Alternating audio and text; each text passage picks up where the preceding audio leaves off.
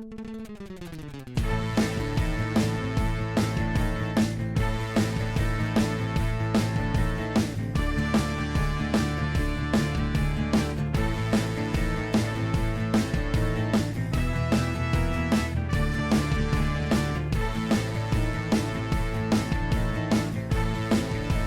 what happens when one host of the Campus Comics Cast forgets that we were supposed to be recording episode 212? Well, he rushes through the pre-orders and we record it anyway.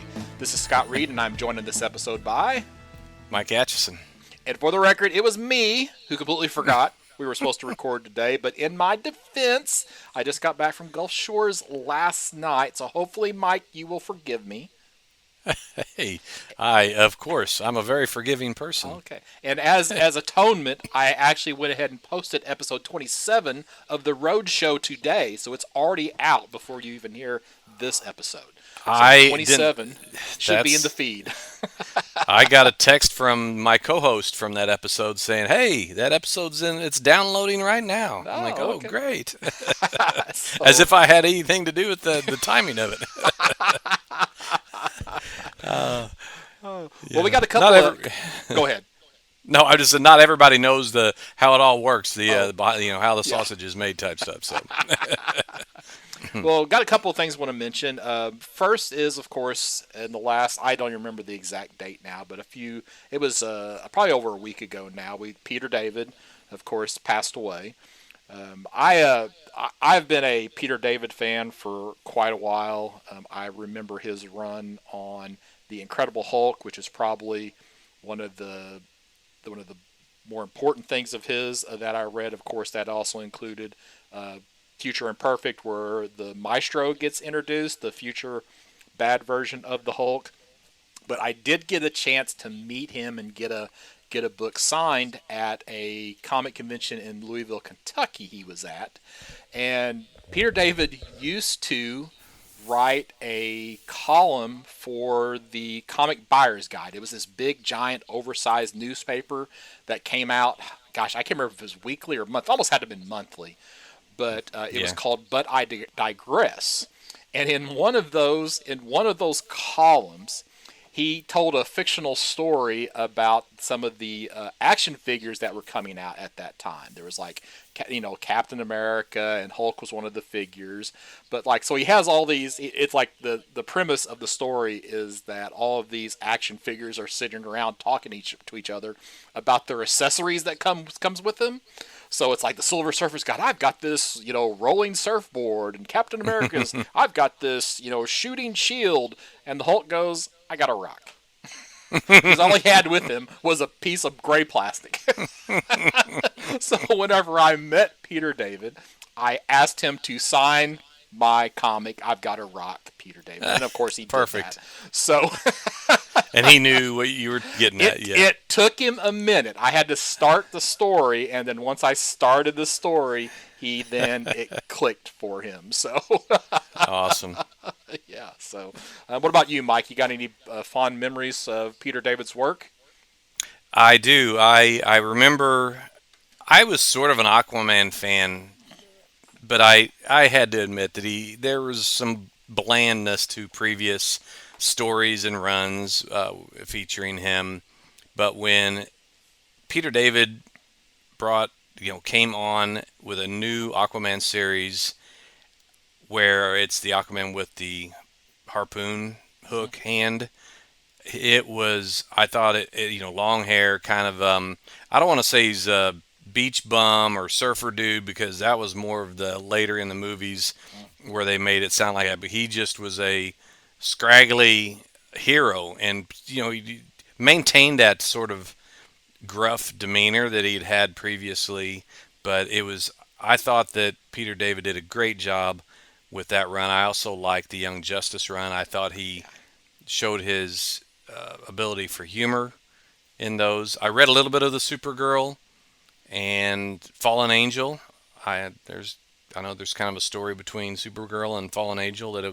Fallen Angel is actually a story that basically that did not get to be published in DC, about Supergirl, that he made into his own property. So, yeah, I know he'd been suffering with some health problems, for a while now. Yeah. Yeah, for quite a while. Yeah, and I don't. That's I mean, what was he? 68.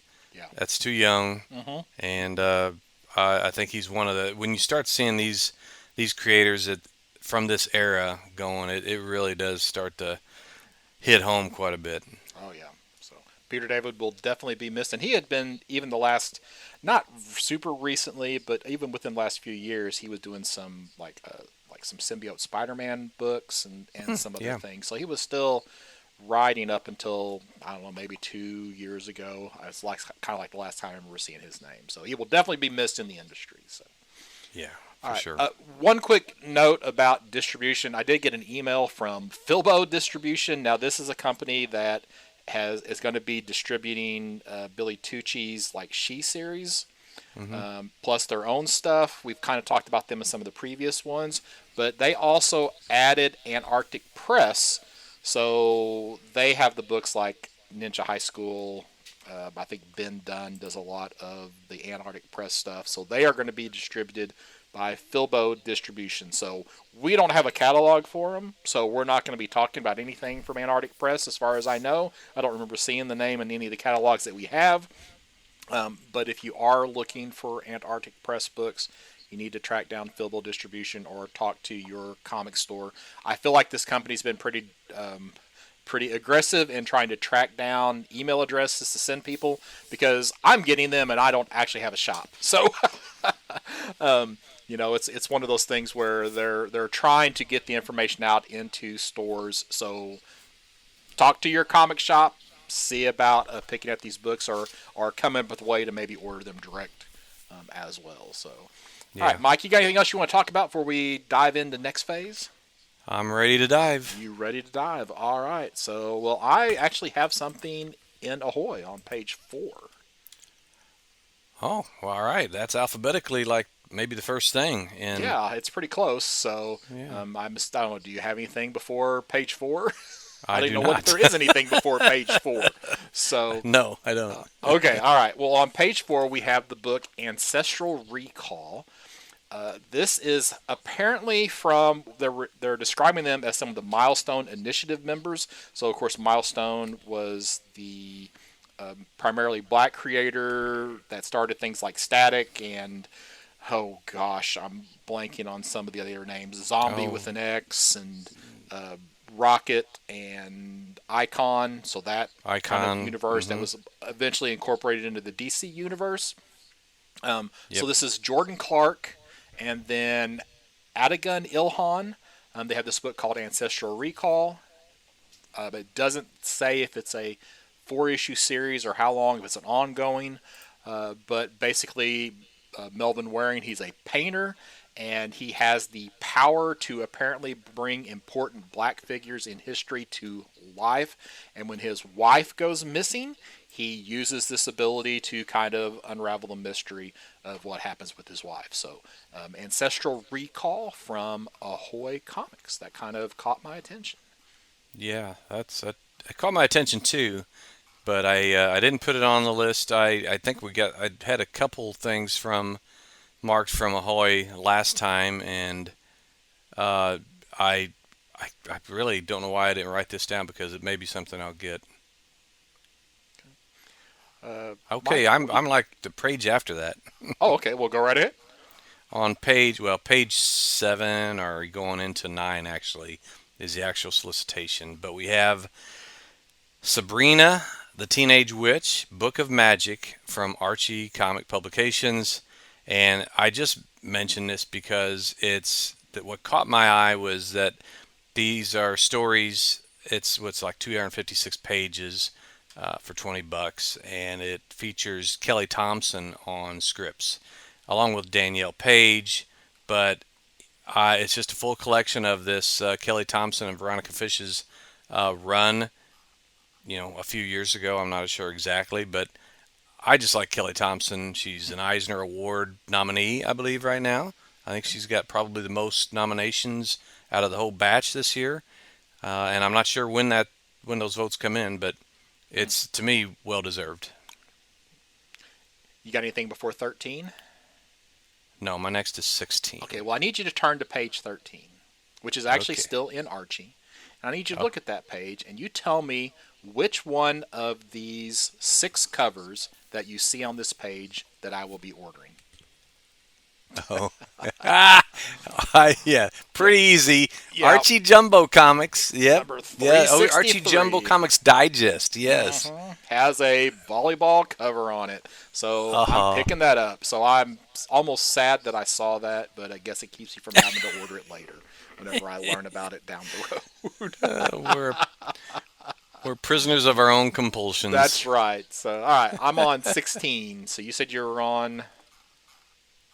That was my next one was Oh, 16. okay. We'll go right ahead. But that. Oh, sorry. Alexa is answering something I didn't ask Oh, it. So, yeah, it's Entanglement one shot. It's just another in the continuing Protopius science fiction anthology series. It's from this studio called Futurific Studios, PBS's A Brief History of the Future, and it's teamed up with AWA, and it's just got different stories that talk about what the possible future holds for us. uh-huh. It's fairly intriguing. This one is sort of a botany related issue or subject, Hmm. and basically just trying to unlock the secrets of botany and technology and how it all ties together. And the art looks pretty good in the samplings here, so I'm probably in for this. Yeah, this is part of that. Polis was like one of the first one shots. Yeah. That was that Mark Russell story. Uh, and this one is like, okay, so it's talking about green technology, but what Hmm. happens when green technology goes bad by wanting to go after green money instead of the actual green tech, So it talks about it being a tale of jealousy and backstabbing. So I did also think that looked kind of interesting. It just has that Black Mirror, and I feel like I'm starting to become a stuck record whenever I'm saying Black Mirror all the time. But we're getting a lot of these that could just be Black Mirror episodes. So, I've yet to see that show. I've well, yet to do that. okay. If you the hardest thing to do is to get through the first episode. Yeah, I It's think I remember you saying that. Yeah. Yeah. I'll just leave it at that. So you might just want to skip to the second episode. But Okay. then I'm on page 20. Go ahead. Okay, you probably had We're this one down too. we're simpatico. All Yes. right, okay. So this is also from AWA. This is a Kill or Be Killed one shot. Once again, I'm going to throw out Black Mirror because it's the premise of this one is when social media goes bad, right? So we have the friendship killer who will friend you online and then threaten one of your loved ones if you do not create a live stream showing you killing somebody else. Oh my So God. yeah, so Kill or Be Killed. I thought that was a title from oh gosh, was it a Bendis series? Well, No, look here. it wasn't. Look at the It wasn't. screen. Yeah. Look at the. Oh, sorry. I've got my Discord. Oh, Oh yeah, yeah. Kill or Be Killed. Yeah, yeah. it's It's not Bendis though. Brubaker and Phillips. Brubaker Yeah. and Phillips. Yeah. Okay. Yeah. So that kind of reminds me of that title reminded me that, which has caused me to read the solicit, which is a little bit different, Yeah. but I again, was surprised they could get away with that exact title. I thought there would be some well, copyright or and maybe whatever. there will be. It's Yeah. it's funny because there was one Black Mirror episode. I'm sorry, I'm talking about Black Mirror again. But what happened Welcome to the was, Black Mirror podcast. yes, yeah, there we go. We should. There's our next thing. You can watch them, and then we'll talk about them after you watch the first There you one. go. Right. But there's in one of them, this kid gets recorded watching something online that he shouldn't be watching and doing something because he watched something online. So he gets recorded. Somebody blackmails him, threatens, tells him he's got to go do this, and he ends up fighting and killing this guy, thinking that okay, the video of him will be erased, but nope. That it just sends him on to somebody else to fight to the death. Wow. So yeah, again, it's just that a similar concept to that episode of Black Mirror. All right, I'm on page 30. Unless you want to add anything to Kill or Be Killed. So No. No. I've said everything I could say about that, and I'll follow your lead. okay, you got anything before 30? No. Okay, so on page 30, bad idea. All right, I'm gonna.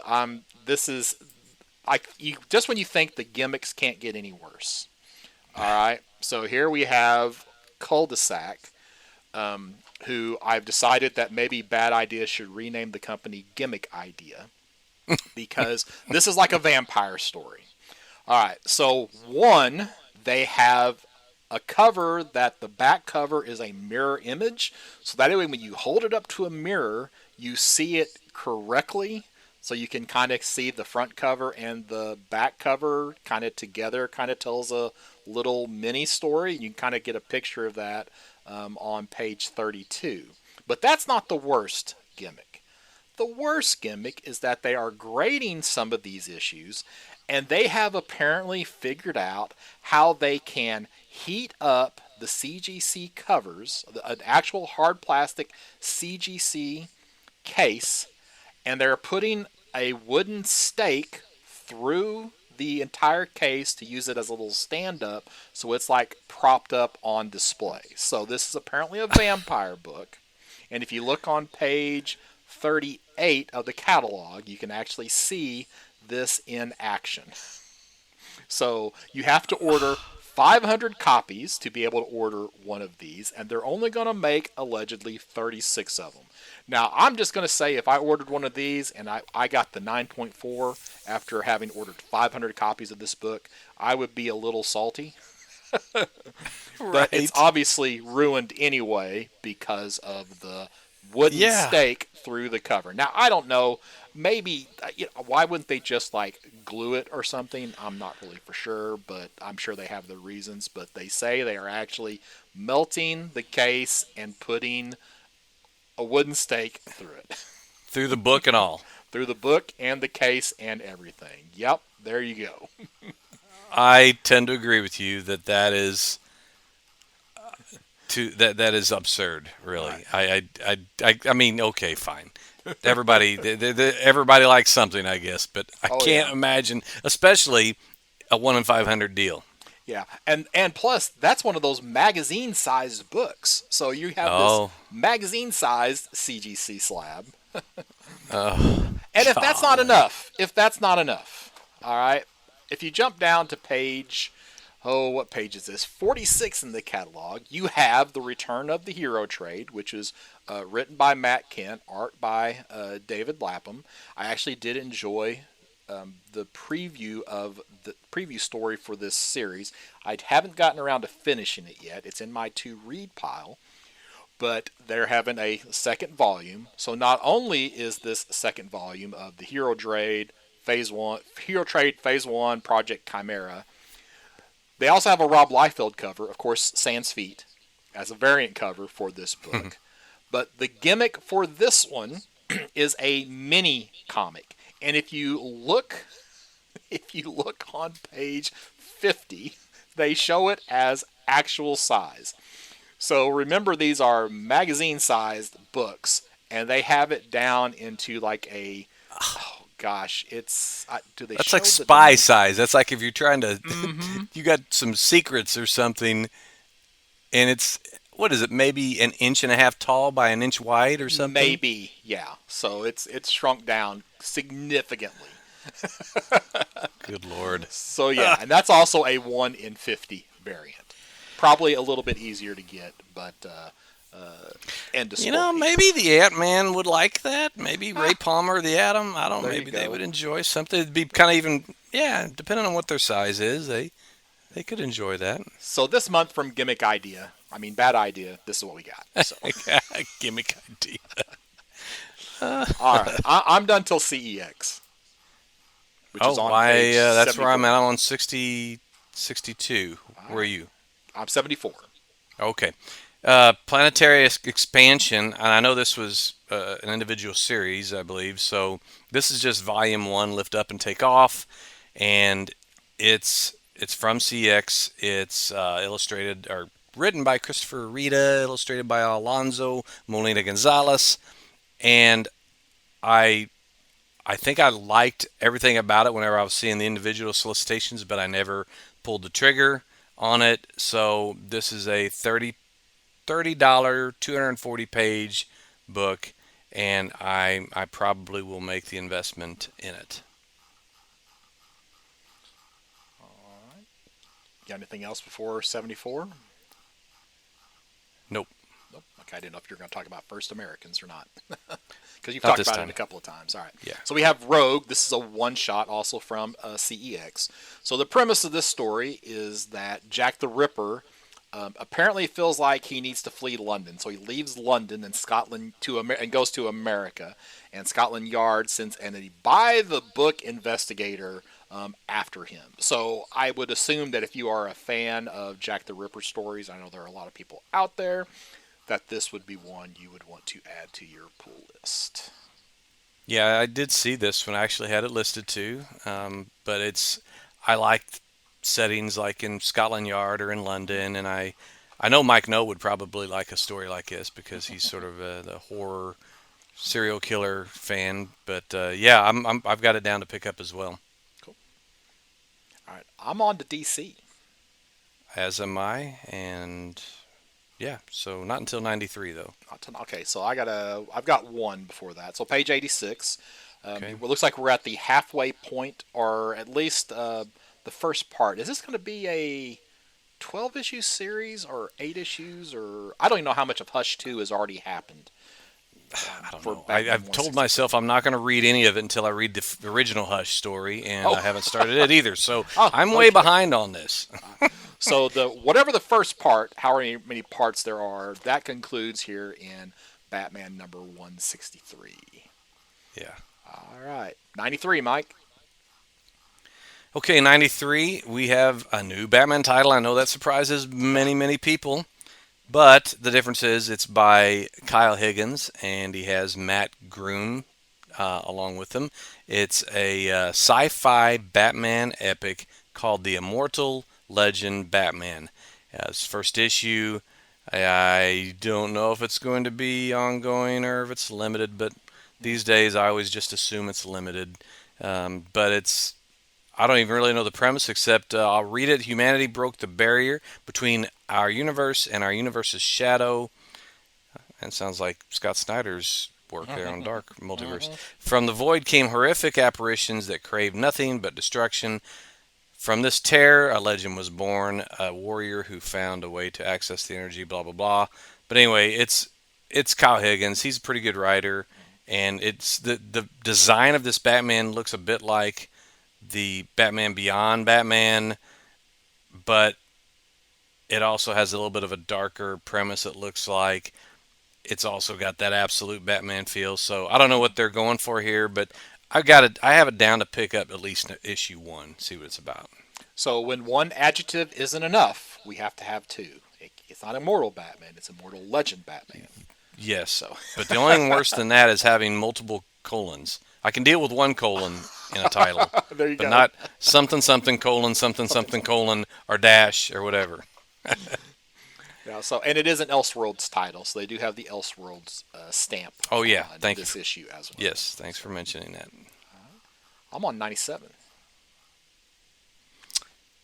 Okay, I have 95. It's Superman, the Kryptonite Spectrum. And my first thought, this is June Pride Month, so I thought maybe this was something to do with that, which it could be still. But it's a either a limited it's one of five. It's a limited series, uh, written by W. Maxwell Prince and art by Martin Morazzo, and it's basically a story about all the different types of kryptonite and four new types have been discovered. So it's Black Label.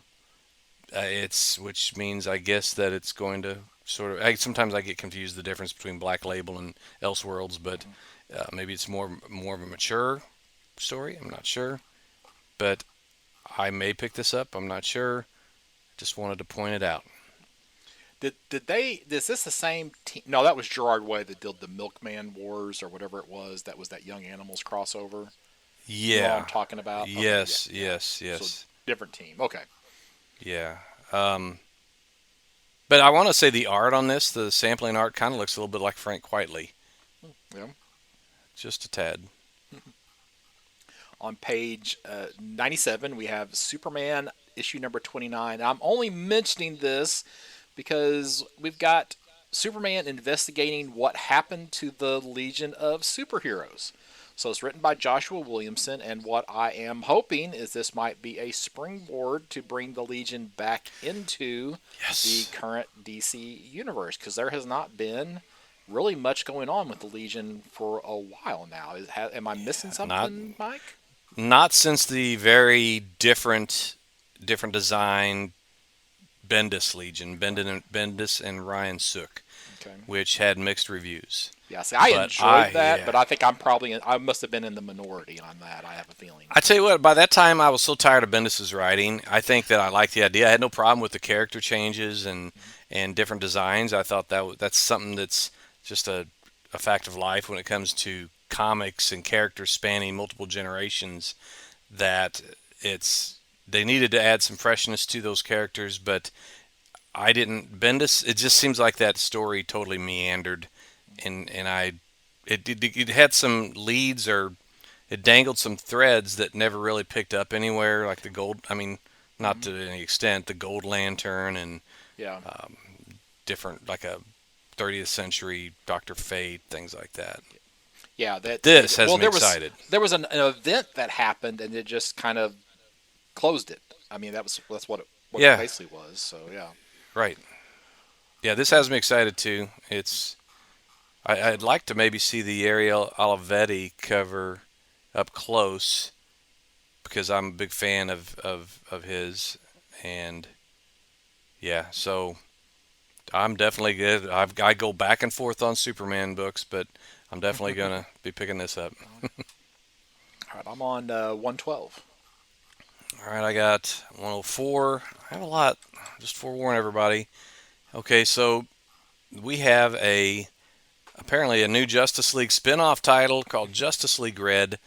It appears that the question, the challengers, all those different Justice League spin-offs are have ran their course, and now we have a new one by Saladin Ahmed and Clayton Henry, and it's basically a special ops team that includes Power Girl, Red Tornado, the Green Lantern.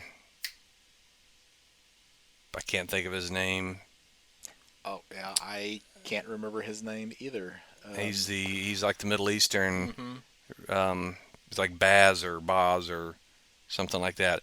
It's got one of those new like Red Canary, something like that. One of the Green Arrow family characters. It has Dead Man and Cyborg, so a very motley crew or collection of characters. But I'm always in for these Justice League stories. So you're probably going to talk about 105 as well. I thought I'd let you do that if you have it on your list, I do because not have it on my oh, list. I was going to okay. leave that one to you as well. Well, this one really catches my eye because it's the creative team.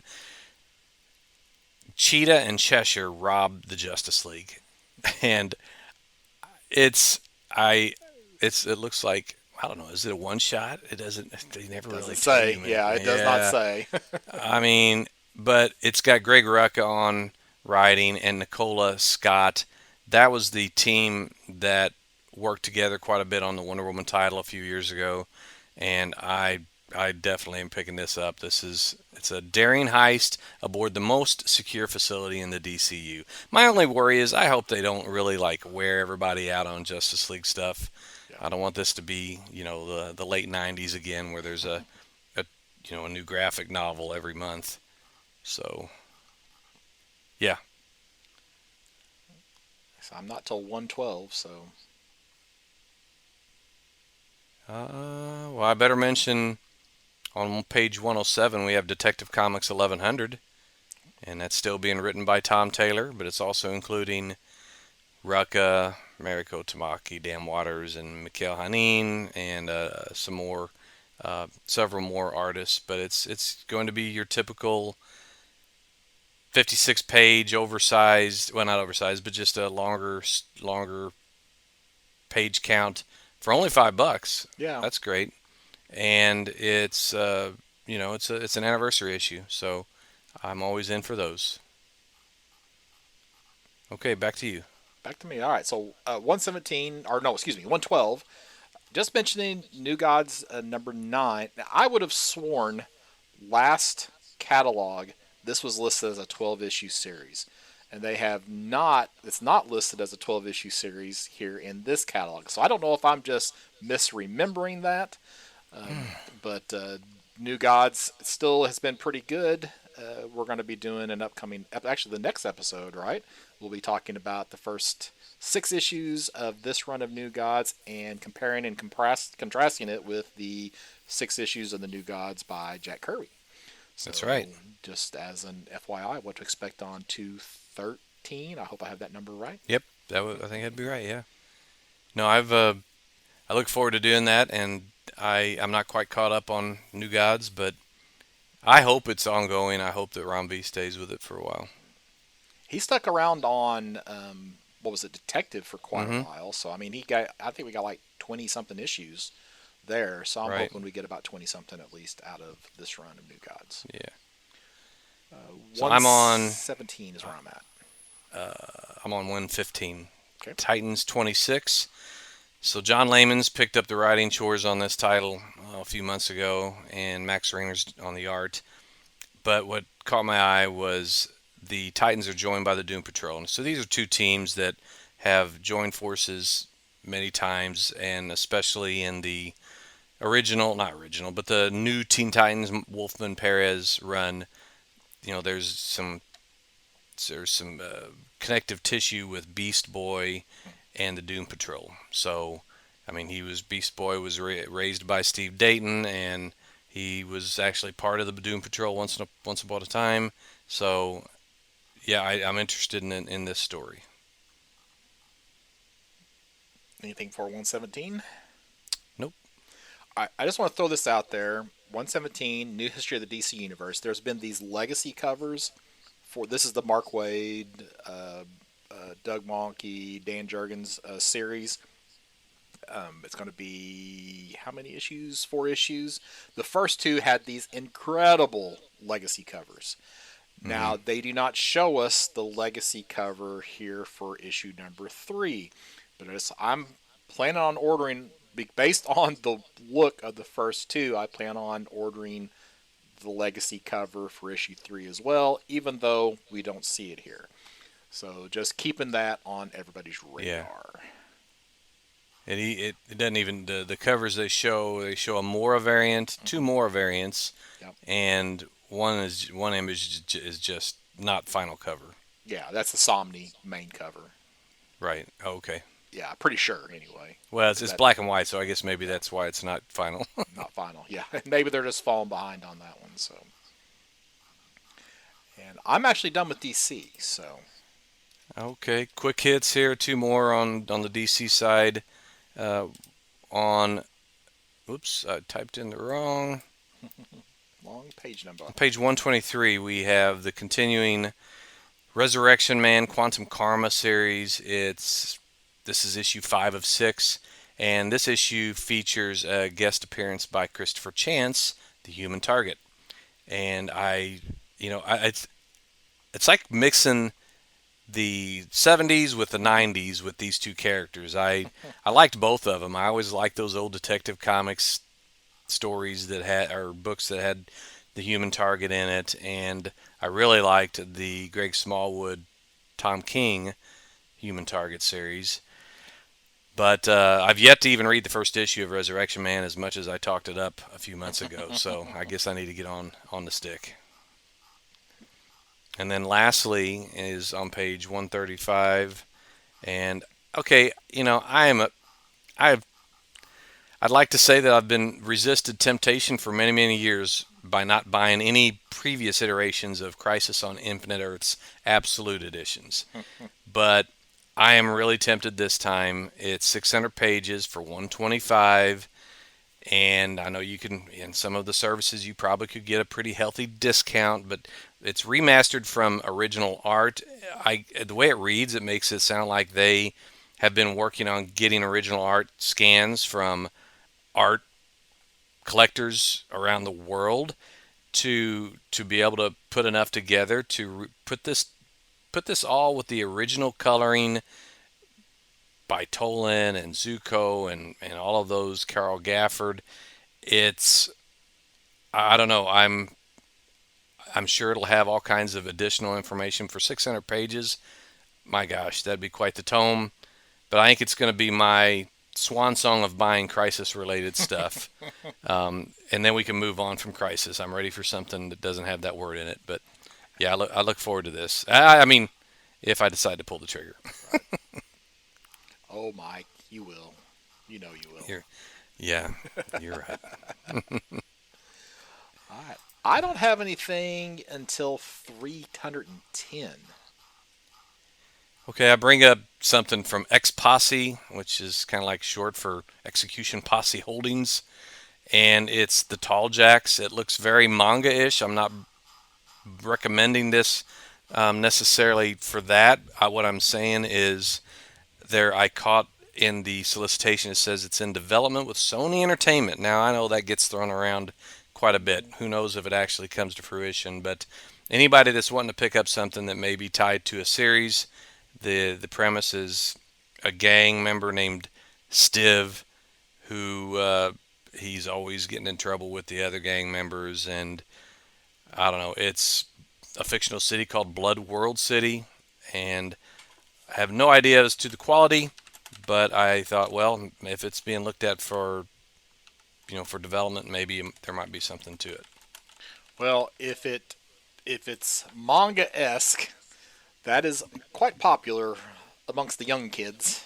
And Sony is a Japanese company, correct? So it's yeah. So I missed that part about in development, but it seems like every month X Posse Yeah. slash Keen Spot says they have something in development. Yes, So I think it's I think that is them that yeah, puts that on there a lot. yeah. Well, the next one on this, the Chamberlain edition number 3, it also says in development with Sony. Does it? So I yeah, Oh yeah. Lord. So Oh they man. definitely they're leaning into that. So So you said not until 300? not till 301. Oh my! I got three from Image, and I'll Okay. try to make it fairly quick. Go Escape take your number time. one. Yeah. Yeah. We are doing Image in this book, Mhm. right? Yes, we are. Okay. Image by or Image. Escape by Rick Remender and Daniel Acuna.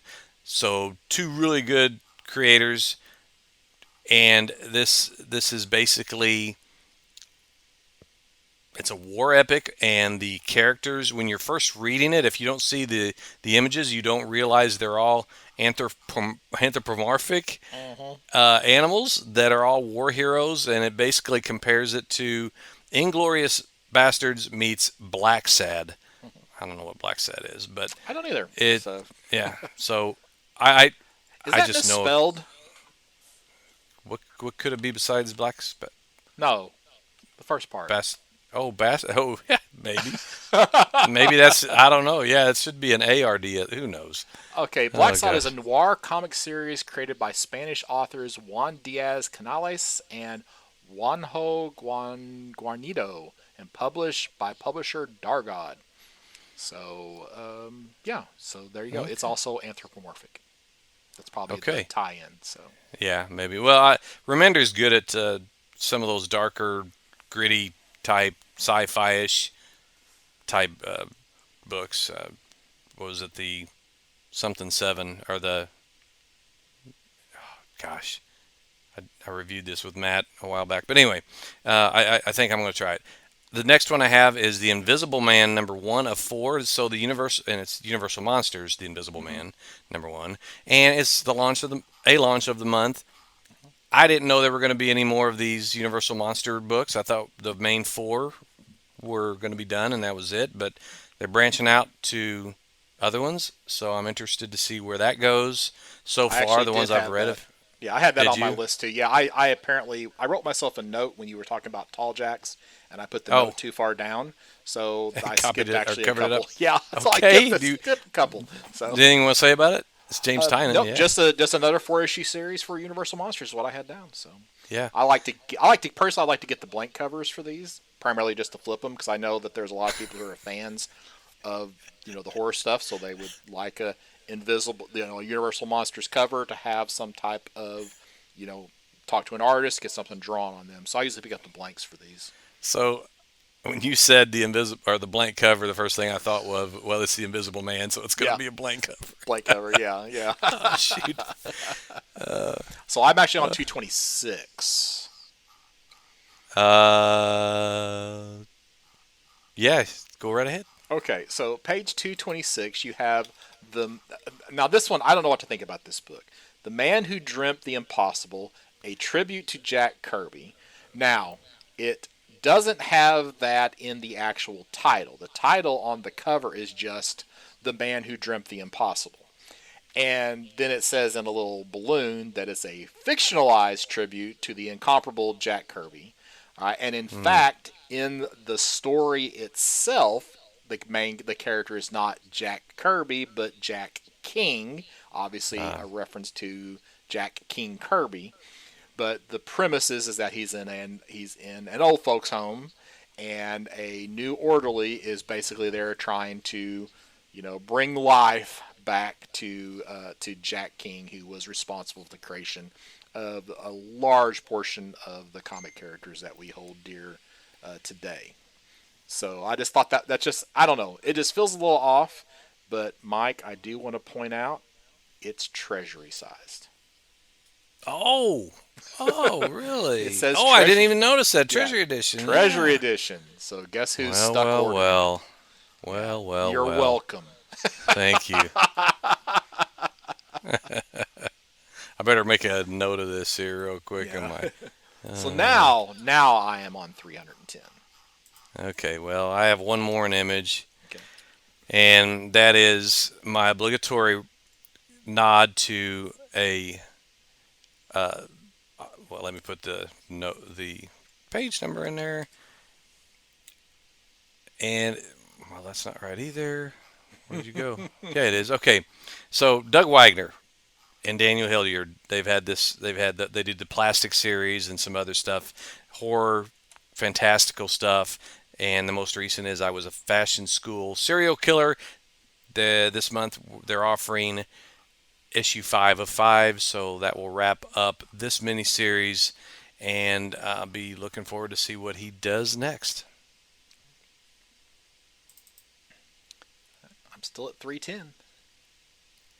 Yeah, I'm.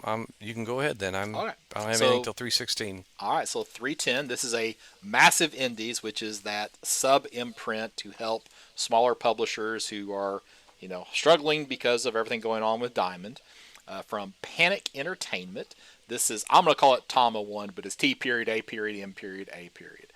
Issue number Hmm. 1. This is an ongoing. It does not say how many issues, but the premise is what happens if one of those Tamagotchis that you used to have as a kid and were supposed to keep alive, after it sits around neglected for a few years, comes back and gets revenge. So they also have a basically like a GameCube cover as one of the variant covers by Tony Fleeks. It's like a 1 in 10, but I do think that the premise here is something that will catch people's attention. Yeah, that one totally escaped my attention. Speaking of attention, but it looks interesting. All right, so now Okay, I'm on 327. okay. I have a couple then before that. 316 is Romanus Magica. I'm not sure how to pronounce that sort of archaic way of spelling magic, but it. I'm only bringing this up because I literally just read in the last couple days Britannia, which combined Roman pseudo history with magic and sorcery and horror. And this one's basically about the slums of ancient Rome and an ex-legionary named Marcus. And yeah, so and they fight demons. So it sounds it sounds a lot like what we read with Britannia, although I don't know the art's as slick as what I don't know that it's going to be as slick as Britannia's, but I don't know. I'm kind of on that kick right now. Maybe I'll pick this up, see how close to historical it could be. Still on 321. 321 Okay. is okay. So we Oni Press is doing a lot of these EC like books. This latest one is, well, the latest issue I'm seeing here is Cruel Universe 2. So I guess it's the second volume of this, but it's the first issue of a 12 issue series, and it's basically science fiction anthology, and it has artists like Charlie Adlard in it and David Rubin. So those are some familiar names, and just that cover really caught my eye, Scott. That that woman that's in a spacesuit with, Hmm. and then in the background you have a looks like almost a dinosaur skeleton, but I don't know. Sometimes an image just does Oh all the yeah. work for you. So we'll see. Well, they're supposed to kind of elicit that pre-code horror look Yes. to those covers. So yeah, and Yeah. I think that one does a pretty good job of it. That's let's see, that's the Lee Bermejo cover. I Oh think you're yeah. You can't go referring wrong to. with him Yeah, either. Yeah. yeah. So they're usually I'm just not a I don't know, I'm not a big EC horror guy, so these haven't really been super appealing to me. But I could see somebody getting into those. Yeah, I don't know that I would buy every issue. I can only do so much of those kind of anthologies. But if it's something I think, man, there might be one good story in that book, maybe I'd pick it up if I like to cover that much. I'm still Okay. on 327. All right. Okay, so Go this ahead. is Cemetery Kids Run Rabid number 104. Now this is a second volume. It's a sequel to Cemetery Kids Don't Die, which I don't remember.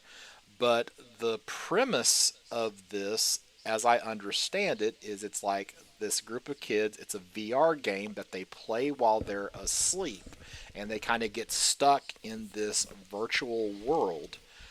Then this is a sequel. They had basically, after the first game ended, they promised never to go back, but now there's DLC, which is, if you don't know, is downloadable content available for the game.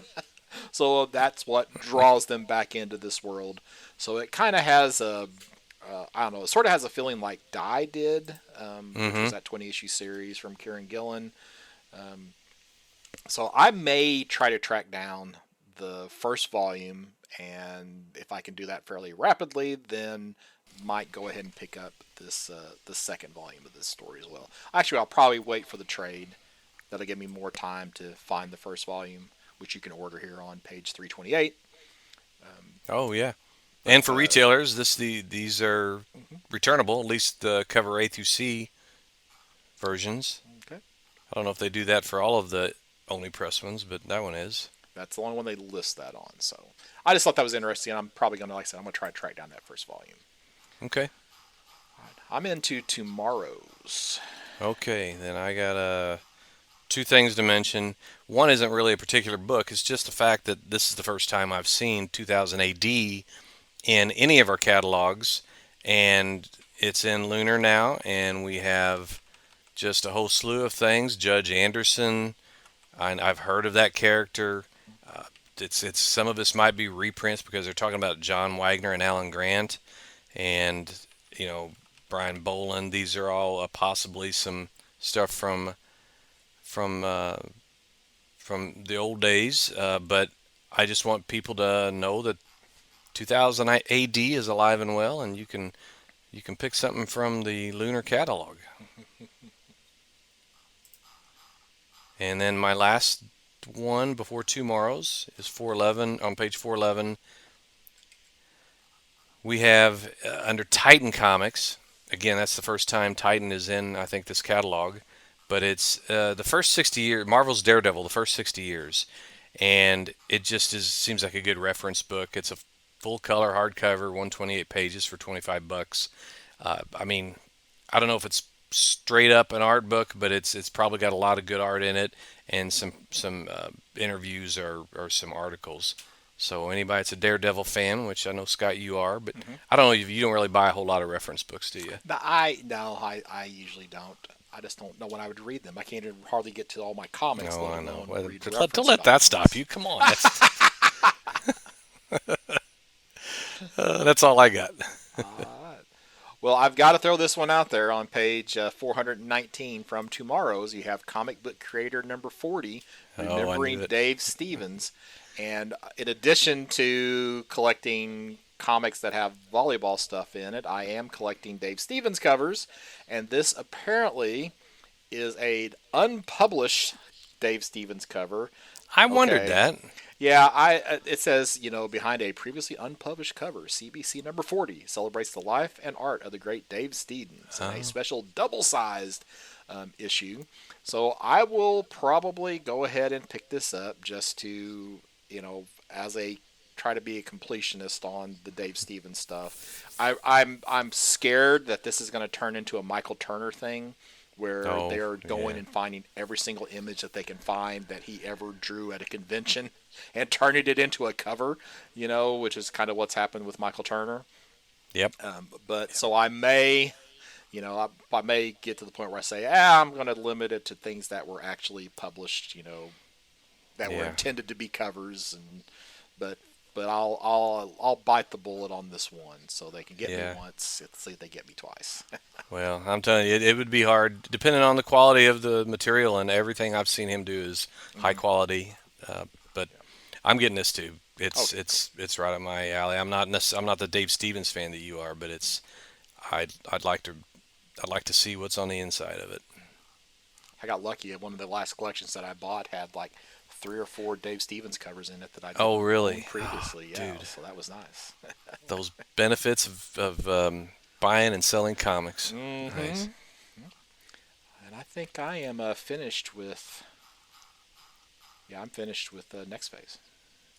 Well, I just have one more in tomorrow's Alter Ego number 196.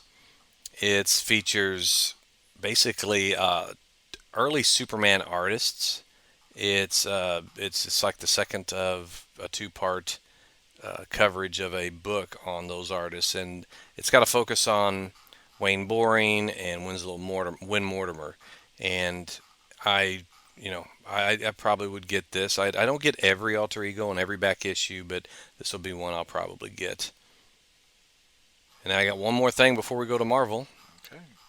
and that is on page 455. The very last item in the entire book is these little things. I think they're free at the stores, Mm-hmm. but it's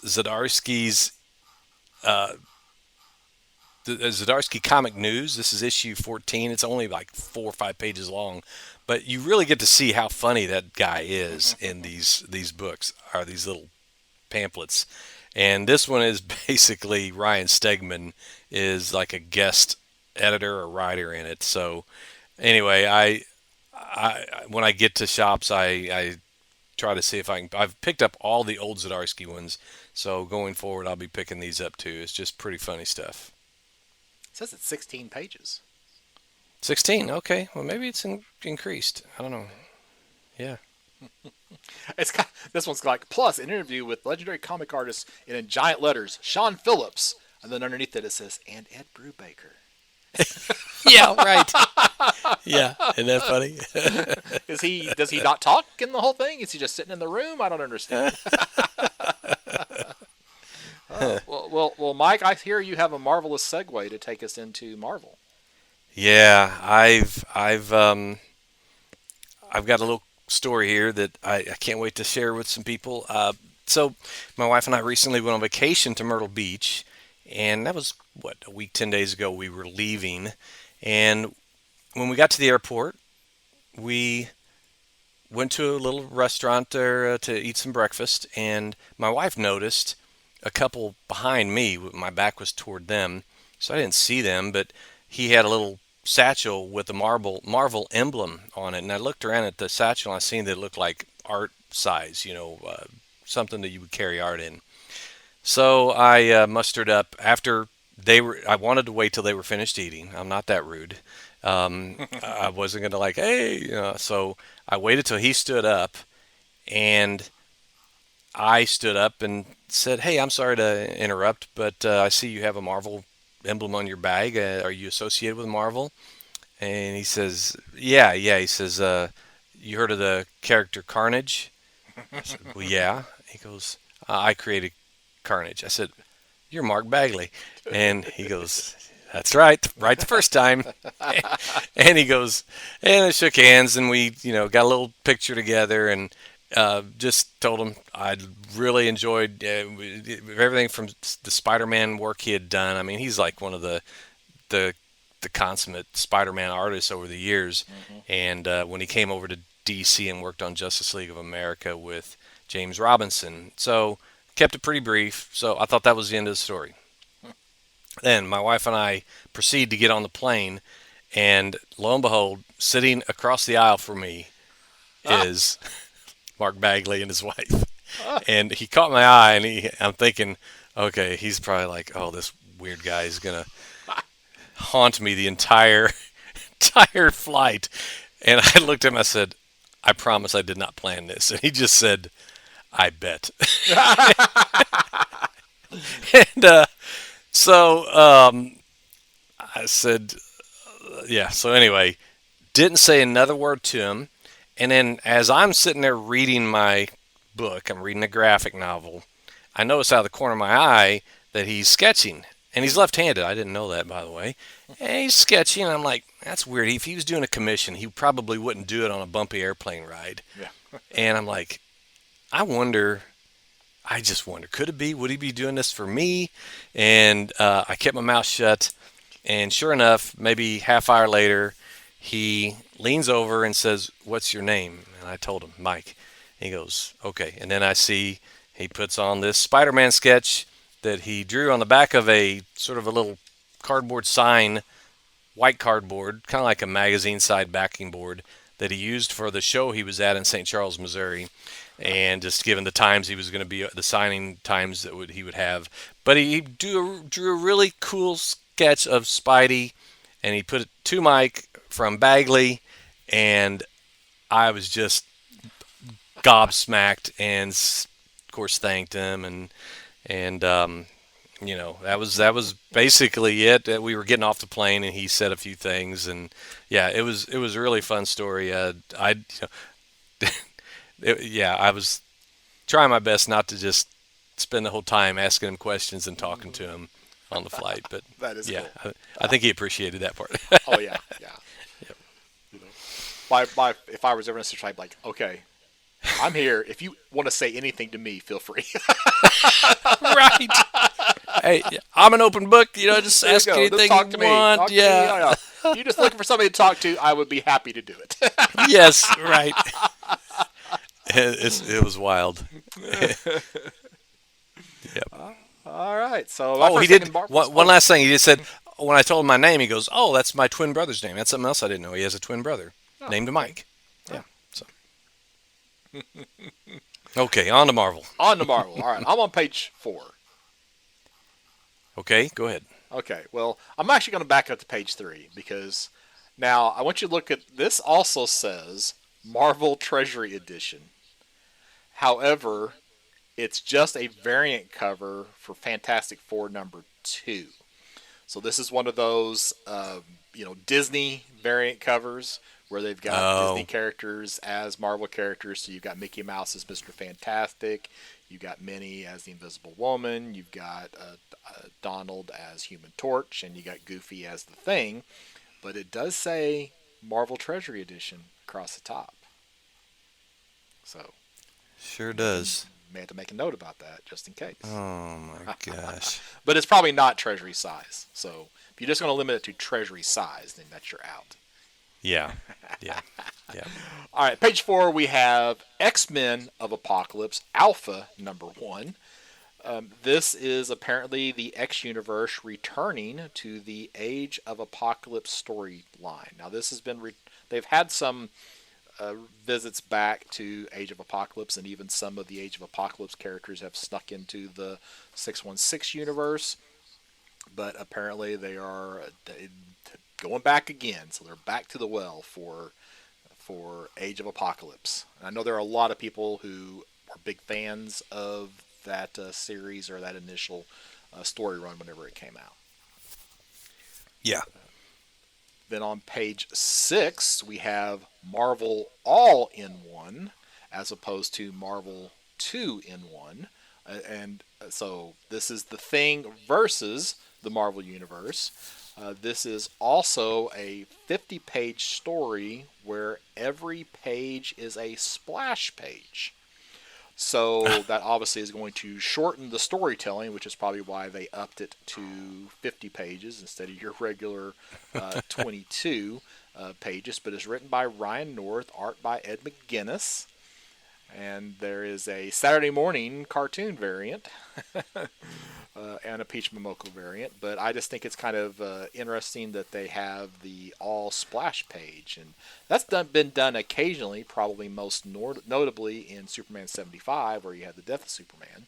Oh, right. Yeah, Yeah. but that's something that pops up every once in a while. I guess that whole Yeah. everything's a splash page. Yeah. Haven't seen that in a while, no. And then I'm not until Uh, 28. okay. I've got on page 10, we have a new Thor #1. And Thor continues to be one of the Marvel characters, especially Avenger characters that I'll gravitate toward. And we have Al Ewing on this run. I can't even remember who was doing the previous run. Maybe it was Al Ewing. It I'm was not Al sure. Ewing. It was Immortal Thor. That's that's Was right. That's right. was Yes. before, and I guess that wrapped up. So now they're returning just to the Thor title. Yeah. So Pascal Ferry is the artist, and it basically is talking about how almost makes it sound like the Norse gods don't really exist anymore. They the Asgard isn't real, and basically Thor wakes up and has to reclaim the legend, reclaim all that myth stuff. So yeah, it might be a good jumping on point. I don't want to don't want to deceive myself. I know that they have #1 issues for a reason. Mm-hmm. It's for reasons for people like me that I'm like, oh, okay, I could do that. So Well, and I and assume something yeah, happened in Immortal Thor that yeah, right, led to this, and I have not read yeah, Immortal Thor, so I have no yeah. idea. Well, you could go down a rabbit hole and say I got to read every single Thor story before I read. Yeah, so that'll never be able to happen. What page did you say you had? 28. Okay, so I got a couple here. Black Cat #1. That's Black Cat's another cool character I like ever since. Uh, oh, boy, I hate when that blanks. When she teamed up with Spider-Man, it was the writer was I think it was the Dodsons did the art Oh, the Kevin and Smith Kevin story? Smith. Yeah, Yes, okay. yes. I've liked her ever since then, and I don't know if I'll get this or not, but I mean, I always wondered, comparing these very like DC and Marvel characters, just how like they are. Would you need to do a side by side review of Black Cat against the Catwoman? So, um, just interesting, and I always think you got Adam Hughes cover art, so why not? And then on page 20, it's Captain America #2. And well, really, the only reason I'm bringing this up, I mean, it's the second issue of this New Zdarsky run, but it's got a cover by Mark Buckingham that looks really cool. It's just, Cap's running at you in the snow blanketed forest somewhere. It just has a World War II feel to it. He's taking on fire, he's being shot at. So, yeah, I like that cover. Well, I And will then on to definitely you. be picking it up. Yep, I figured you would. All right, so page 28. My confusion continues on the status of T'Challa, the Black Panther, in the Yeah. Marvel Universe.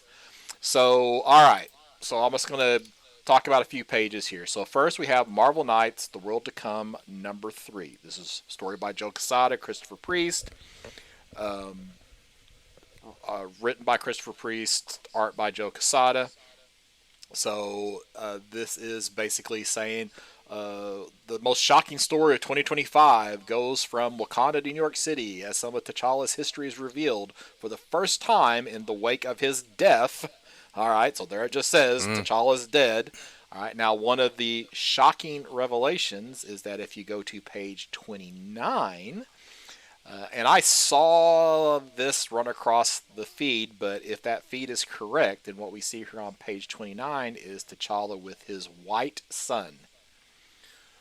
So I don't know, but anyway, so there's something else to look into. Yeah. So the Marvel Knights: The World to Come. That's issue number 3. Then, though, on page 30, you have Imperial War, Black Panther number 1. Blame for the assassination that have started an all out galactic war. T'Challa will first need to survive a brutal assault from the World Breaker Hulk and Amadeus Cho. So, is he alive? Is he dead? Do we have two different T'Challas? We have the 616 T'Challa. There's at one point T'Challa, first T'Challa, son of T'Chaka, had another son, I think, named T'Challa. They kind of played off that in the second Black Panther movie. So maybe this is a different T'Challa. And Mm. as far as I know, T'Challa is also in Avengers. So if you go a few more pages down, you will also see him in Avengers. They're right there on the cover on Yeah. page 37. So I don't know. Maybe somebody smarter than me can explain what's going on with T'Challa in the Marvel Universe. I kind of would like to know so I can stop acting like a confused buffoon every time I go through the Marvel catalog where they say he's dead. No, he's alive. No, he's dead. No, he's alive. I want to know. Inquiring minds want to know. Well, this Imperial War Black Panther number 1, it has the writers identified, Victor LaValle and Jonathan Hickman, but the artist is to be announced. So how can you solicit something Yeah, for a couple months from now that you don't even have the artist picked? That seems odd. that does seem a little strange. It's like, all right, I guess they don't want to give somebody too much information. Maybe this is a fake solicit because he's dead. I don't know. Could be. But I'm just so confused. All right, I don't have anything till page 50. I don't have anything till 69. Okay, well, on page 50, speaking of Carnage, and I'm just throwing this out there, we have Eddie Brock, Carnage number 7. This is written by Charles Soule, which means that it's actually probably, I didn't realize that Charles Soule was writing Carnage, and he's usually a pretty solid writer, so Yeah. I'm not actually a Carnage fan, no disrespect to Mark Bagley. Um, but I actually was interested because on the cover we have the Muse. Now the Muse gained some recent popularity from the Daredevil Born Again series. Now the original Muse is, as far as I know, dead. So in Elektra Red, Black, and White, they introduced the second Muse, who's a female Muse. This doesn't look like the second Muse. So I don't know if this is the original Muse that's come back from the dead, if this is just a terrible artwork and it's supposed to be the second Muse that's the female Muse, or if we have yet again a third Muse that is Hmm. appearing in the Marvel Universe. But if you're a fan of the Muse, might be worth checking into Eddie Brock Carnage issue number 7. And as far as I'm concerned, one of the better or best artists in the field, Jesus Saiz. Always loved his stuff. Oh, okay. And then I'm actually done with Marvel, so you just finish her up. Okay, my last thing are it's basically facsimile editions. So they're soliciting on page 69, Civil War number 1. I've read this in the collected, a collection or somewhere. I don't know, but it's probably a series I wouldn't mind getting the facsimile editions. I don't know even know if the old ones or have if they've got a lot of value to them or if they're expensive. They're not particularly This expensive. Yeah, I probably get them cheaper, get the originals than getting a $7 new one. Yeah, the first issue might be more expensive than $7, but I Yeah, don't recall any of the other ones being super expensive. So, yeah, okay. That's or my just get last it in Marvel. trade. Just get it in trade, or read Yeah, it on could the do that. app. I guess you want to own it. You want to have a physical Well, I do. copy. That's kind of the idea with Yeah. the facsimile. I'd like to maybe own those. Yeah, Well, or own the okay. originals. I, Yeah. I'm gonna tell you, if you want to own it, get the original. Okay. To me, facsimiles are placeholders, or if it's True. just priced way out of reach for Right. somebody. So that's Yeah. when you would actually skip it. But I'm trying to jump on eBay real quick and see how much you can buy the entire Civil War 1 through 7 full series, $35 for the entire series, and that's just the Oh, first one okay. that popped up. So Not bad. You're yeah, right. so Okay. if you were to pay what is $7 a book, seven $7. books, $49. Yep. So yeah, Yep. you can just buy the original. I tell you what, it's I think I'm gonna keep you around, Scott. I just saved you what, You $14? give you just saved me $14. That's right. All right, let's see. You ready for panels then? I think so. Okay, And so for readers or listeners that don't know, Panels is the Penguin Random House catalog. yeah, and Mike and I talked before the episode. We normally don't have a lot to say out of panels. However, we're thinking that moving forward, we're going to skip doing the Marvel catalog and just talk about Marvel inside of panels. We may change our mind just because it's nice in the Penguin Random House. The panels is not broken up as nicely as the Next Phase catalog because the Next Phase breaks it up by publisher. Hmm. Panels kind of just breaks it by like category. It's like comics, graphic novels. Like you have all your various publishers in the comics section. It doesn't matter if it's Marvel or one of the other ones. So I don't know. It might be a little messy. We'll just see how it goes. So Yeah, they don't group them by publishers, but it's not. It wasn't too distracting. I mean, everything from Valiant to Dark Horse to Boom.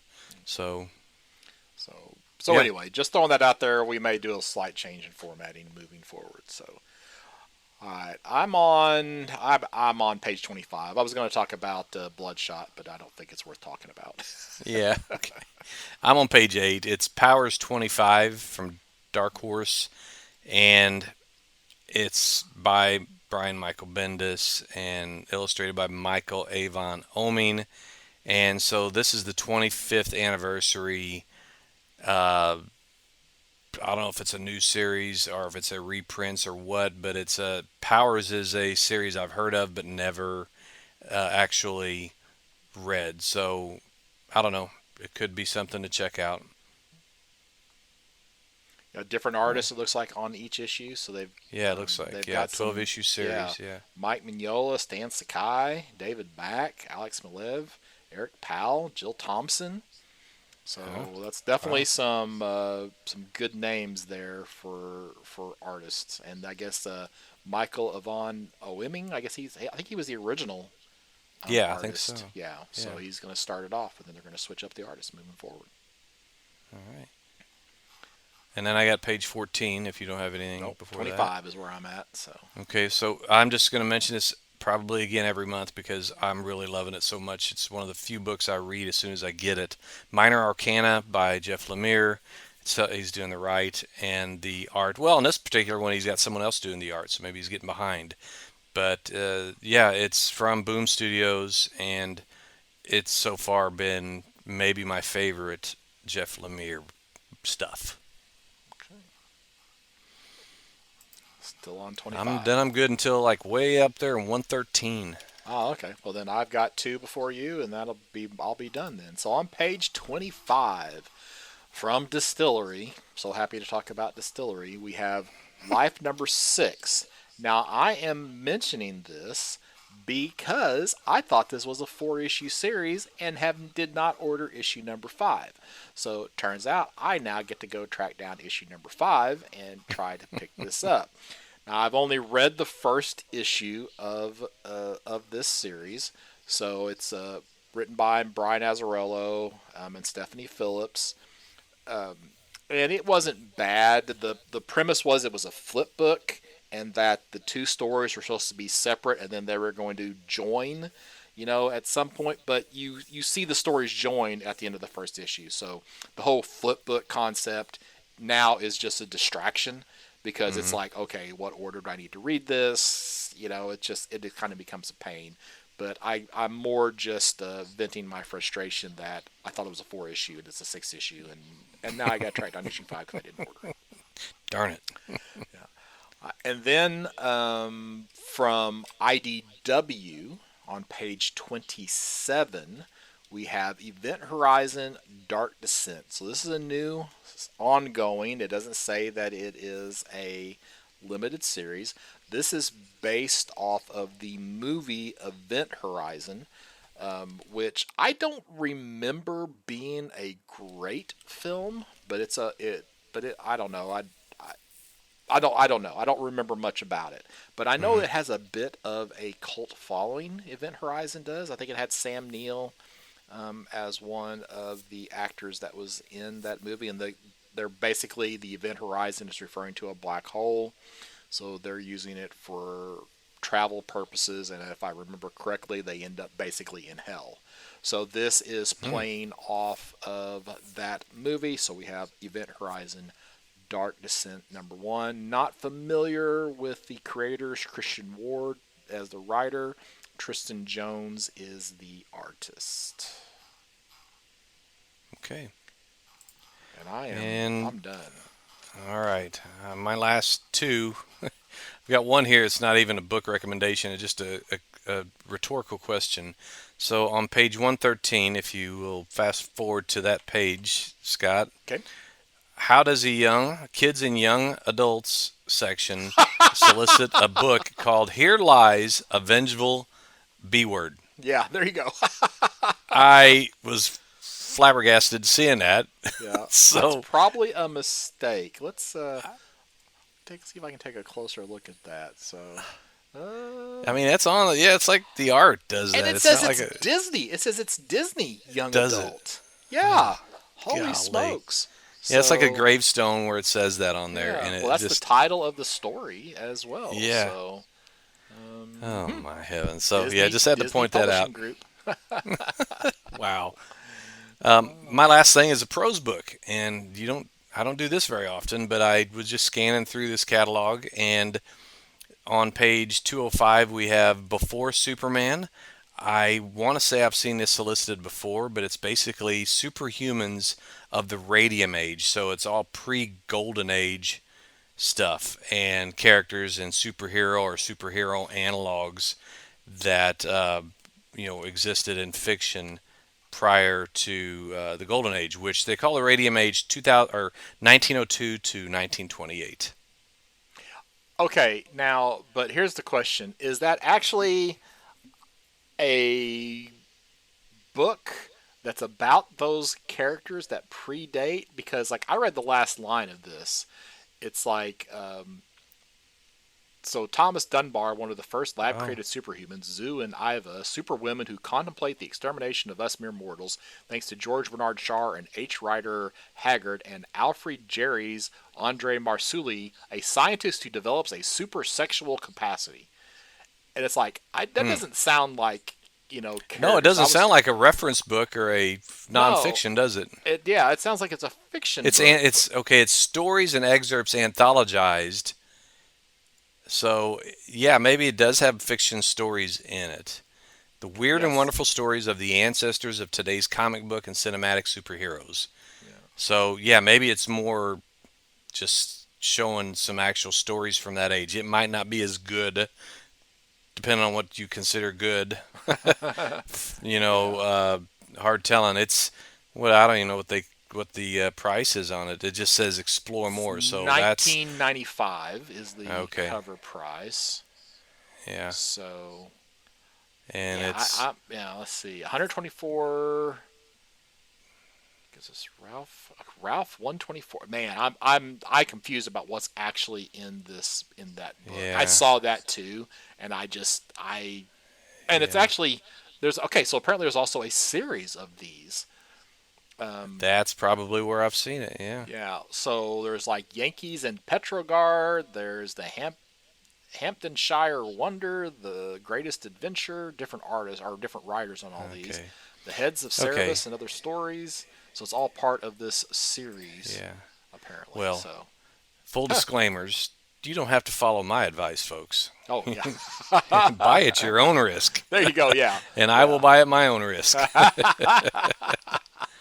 And that's all I got too. All right. Well, is there anything that you are particularly looking forward to out of what you saw in the catalogs this month? Yeah, there was. Let me scroll back up here. It would be the Superman number 29 that features that story that you pointed out with Superman sort of investigating whatever happened to the Legion of Superheroes. You know what? I think I'm going to second that selection because nothing else is really super jumping out at me anyway.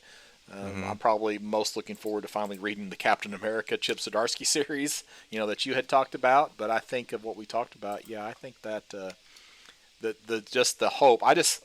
Legion's something that I have some older memories of, and then I never really read it during the 80s and 90s, and tried to pick it up with the Bendis run, and then it just disappeared. So Yeah. I'd like to see that get another shot. So yeah, so I Yeah. think I'm going to second that. So anything you want to do as an investment pick, Mike?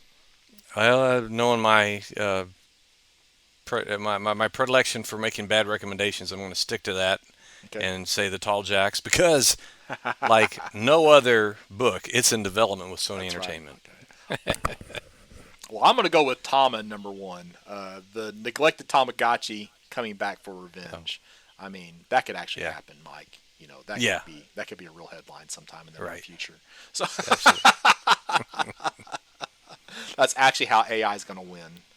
Is it's going to Yeah. be neglected and then it's going to come back. All right, so what we got coming up? I think we've already talked about it on the next episode of the Campus Comics Cast.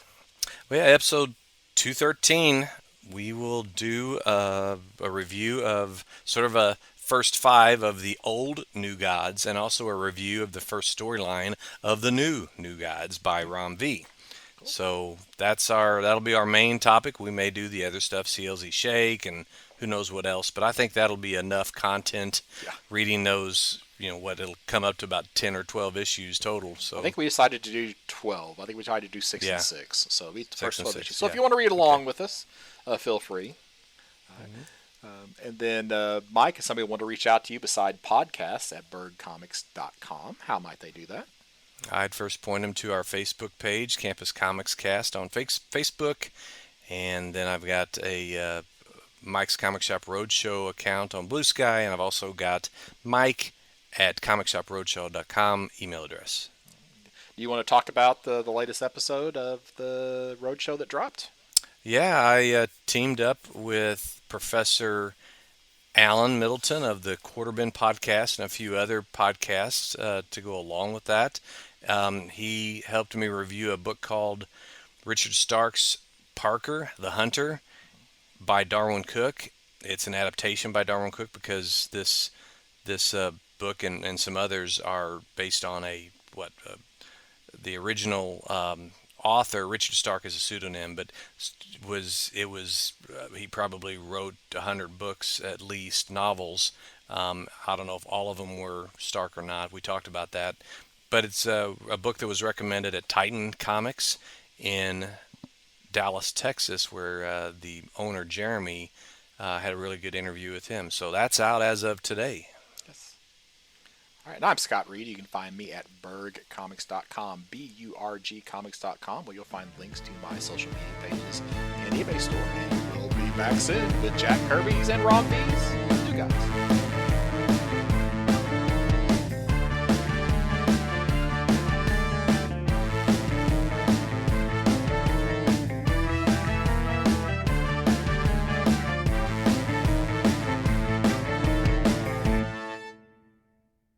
Sounds good. All right, you ready to start? I am. Okay. So what happens when one host of the Campus Comics cast that we... Oh, I'm gonna start over because I already messed up my intro here. I skipped a line.